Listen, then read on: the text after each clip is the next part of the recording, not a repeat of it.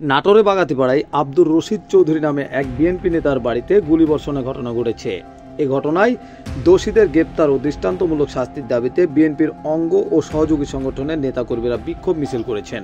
সোমবার 16 ডিসেম্বর রাতে 1টার দিকে দয়রামপুর ইউনিয়নের জয়ন্তীপুর গ্রামে গুলিবর্ষণের ঘটনা ঘটে। আব্দুর রশিদ দয়রামপুর ইউনিয়ন বিএনপির সাবেক সভাপতি। ভুক্তভোগী বিএনপির নেতা রশিদ চৌধুরী জানান, রাত 1টার দিকে তার পরিবারের সবাই গভীর ঘুমে ঘুমাচ্ছিলেন। হঠাৎ গুলির বিকট শব্দে ঘুম ভেঙে যায়। গুলির শব্দ শুনে বাড়ির সবাই ছুটোছুটি শুরু করেন। কিছুক্ষণ পর গুলি থেমে যায় এবং দুর্বৃত্তরা পালিয়ে যায়। অন্ধকার থাকায় কাউকে চেনা যায়নি। স্থানীয় জয়ন্তপুর বাজারের নাইট গার্ড বরাত দিয়ে ওই নেতা আরও জানান, 2টি মোটরসাইকেলে করে মোট 6 জন দুর্বৃত্তরা তার বাড়িতে গুলি চালিয়ে মালঞ্চি বাজারের দিকে চলে যায়। পরে থানা পুলিশকে জানান।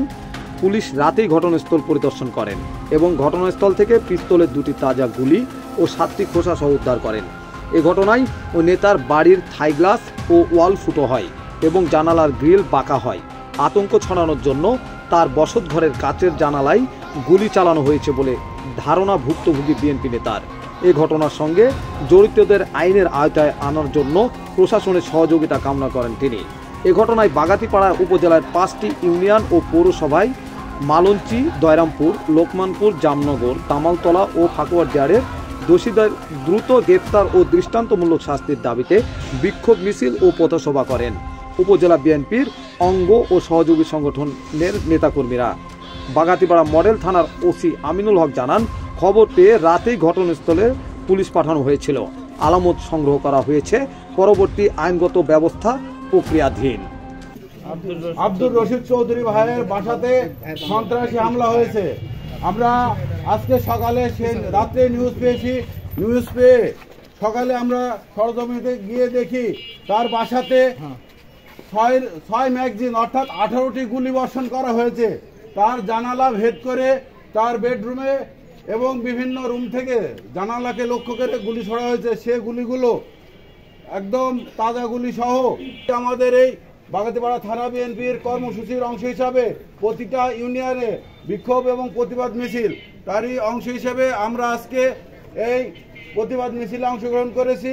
এই প্রতিবাদ মিছিলে শেষে আমাদের সামনে এখন সংক্ষিপ্ত আকারে 18টি গুলি বর্ষণ করা হয়, যেখানে তাকে সহ তার পরিবারকে সপরিবারে হত্যার চেষ্টায় অজ্ঞাতনামায় কারা কে অথবা কারা গুলি করছে এখন পর্যন্ত সেটা জানা যায়নি। জামনগর ইউনিয়ন ছাত্রদল এটা তীব্র নিন্দা এবং প্রতিবাদ জানাচ্ছি। রশিদ ভাইয়ের বাড়িতে এমন একটা ঘটনা ঘটলো, তারপরও একজন ব্যক্তি এখন পর্যন্ত অ্যারেস্ট হয়নি। এটা আমরা তীব্র প্রতিবাদ জানাচ্ছি প্রশাসনের উপর।